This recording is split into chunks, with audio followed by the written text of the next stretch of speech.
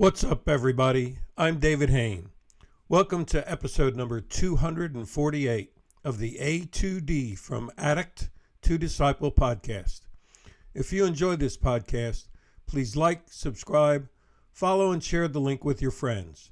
If you'd like to get our curriculum, you can get the paperback or ebook of From Ashes to Destiny on Amazon. Today's episode is number 248 of the A2D from Addict to Disciple podcast, and it's entitled, What Do You Love Doing Most? Well, just want to give you a little introduction to this one. I've had a handful of listeners say, hey, whatever happened to the group episodes with those guys from around the world in recovery? And I guess I've been busy with the Wacky Wednesday and other things, so I reached out to the guys again, and we've got a couple of them coming up, starting with this one today. So I want to welcome my friends in recovery from the U.S., South Africa, and Australia for helping me out with this group episode. As before, I'll be keeping them anonymous, but I'll say their answers as if we're having a live group meeting.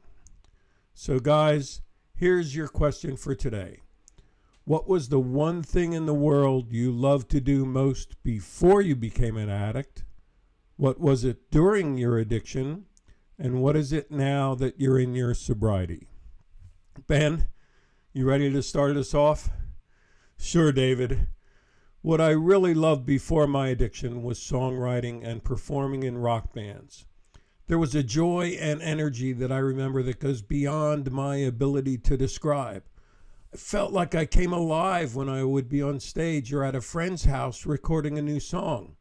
Nothing else would be on my mind, no distractions or anything. It was all about music. What I remember loving during my addiction was the numb feeling after I would get high.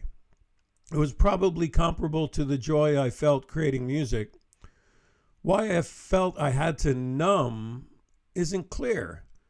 I'm not sure what the pain was that I was feeling that I needed to numb, but I know that when I would numb out, I felt like I could talk to anybody about anything and go anywhere and not be fearful or sad or anxious.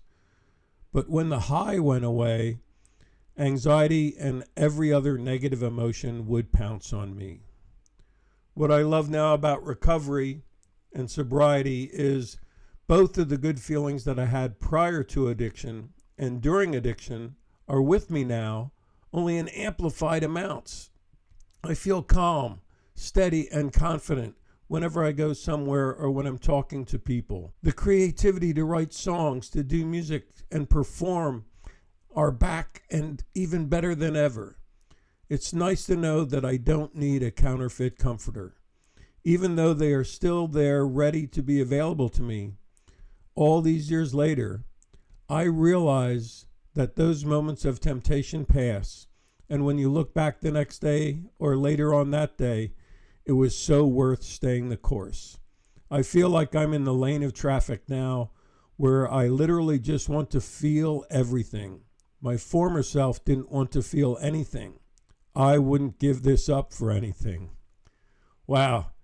Great start there, Ben. I really appreciate you sharing your journey, and neat how your first love of music was just blossomed to the extent that it has now in your recovery. Well done. Charlie, what do you think about this topic? David, one thing I loved to do before drugs and alcohol took over my life was to get outdoors and compete.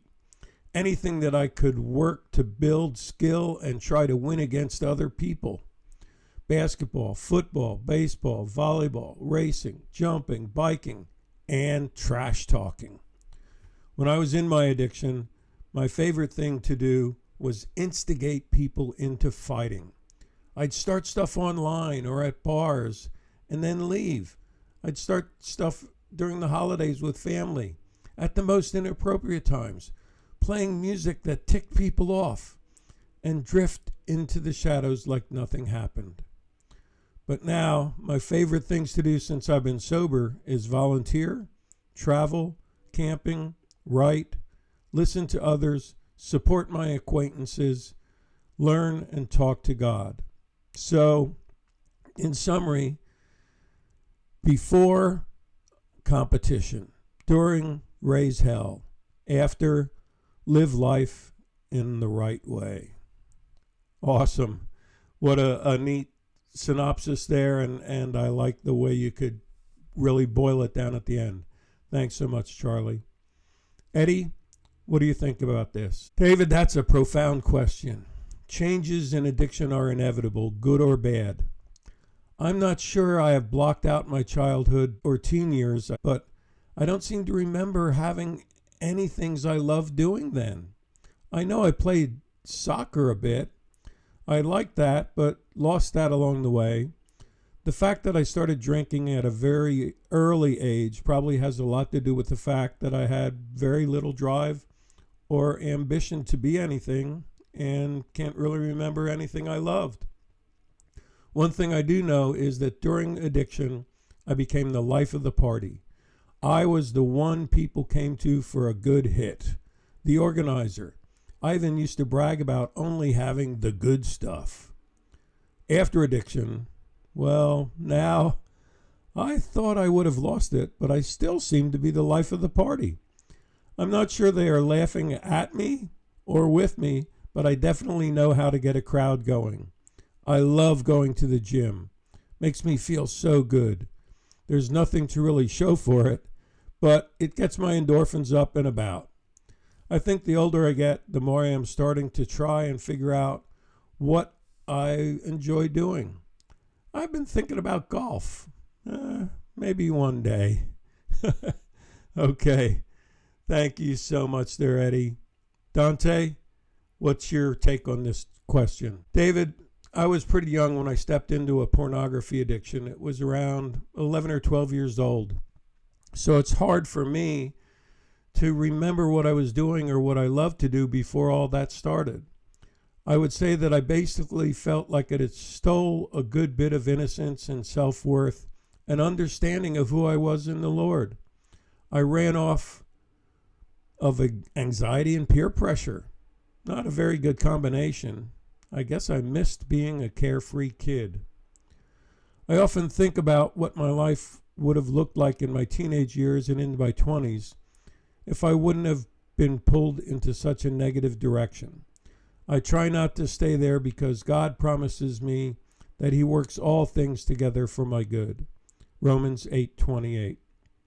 I remember that my perspective today is one that can lead into empathy for others who are needing help and also push me forward because of the rescuing and redemptive power of God's love. Great, Dante. I see your similarity to what Eddie had shared about getting into the addiction so young. It just sort of stole not only your childhood and your innocence from you, but even the memories of any good things if they existed. So yeah, I appreciate that, and I appreciate the way your love now is really in walking in empathy towards others. Harry, what do you think about this question? David, the one thing I loved before I became an addict was my need to be the center of attention, a people pleaser and life of the party. I guess it came with living a false life of happiness growing up in a home of abuse that I developed the personality of a happy child and lied about my life and the problems at home. I had a permanent mask of being this outgoing, full of life guy and with lots of friends, and I guess it was really loaded with false happiness. When I started using drugs and alcohol, this made the lie that I lived more manageable and actually easier.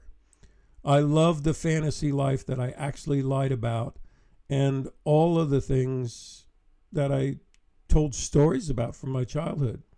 The substance abuse made me forget the hurt, and the fantasy settled into a point where I lied to everyone that I had a daughter back home. I loved kids and wanted to create a wonderful family, but couldn't physically, so I made it up mentally, and it was a fantasy that I lived out. I loved people and friendships before I became an addict. As I couldn't get the love at home, I used to look for it outside the house. And with me, it was the wrong friendships that started my addiction. During addiction, it was lie after lie to put on this false image of myself. I was a pathological liar and was bordering on insanity with all the lies I actually thought were real. When I stopped using and came out of addiction, life was hard for the first year and I couldn't face people. I pulled away and hid from life and society. I went from an extrovert, outgoing, bubbly, fun person to a shy, embarrassed introvert, scared of how people were going to see the real broken person, which was the original me. Over the years of praying and reading God's Word, I learned about forgiveness and hope to forgive myself and how to apologize for others. This made me overcome the embarrassment and allowed me to be the outgoing person I truly am without the need to lie or be embarrassed of my past. Thanks so much, Harry. I like how you rediscovered the outgoing person that you've been all along, and no need for lies or fantasies anymore. Freddie, you ready to close this out today? Sure, David. I guess first, just short and sweet, the thing I loved to do the most before I became an addict was baseball. Just loved playing it, watching it, everything about it. That was my sport. And during my addiction, I loved partying. All of my interests included drinking, always. It's safe to say that drinking Diet Monster with vodka during spin class was not normal, but it was me. Eventually, most of my other interests faded away as drinking became my single focus. I also enjoyed clothes, but, to be honest, I'd walk around in sweatpants all the time while I was an addict and disregard my appearance. Now in my sobriety, I love offering hope to the hopeless. We have so many ways to serve those who are hopeless and feeling helpless. What I do is I sponsor guys and I send a lighthearted daily motivational and holiday message to 134 people. These connections actually help keep me grounded, grateful, and humble. And I like the quote by Napoleon. It says, "Courage is like love. It must have hope for nourishment." And I get my nourishment because my higher power has removed my obsession to drink and given me that nourishment of hope that I'm meant to share with others. Thanks so much, guys, for all of your input on today's topic. And I want to thank the listeners for tuning in. And if you'd like to be able to share in groups like this, feel free to reach out to me by email at davidfroma2d@gmail.com or go to my website, www.froma2d.org, and click on the contact page. Tune in for our next episode. Keep listening to the Wacky Wednesdays. And as always, stay safe and stay resilient.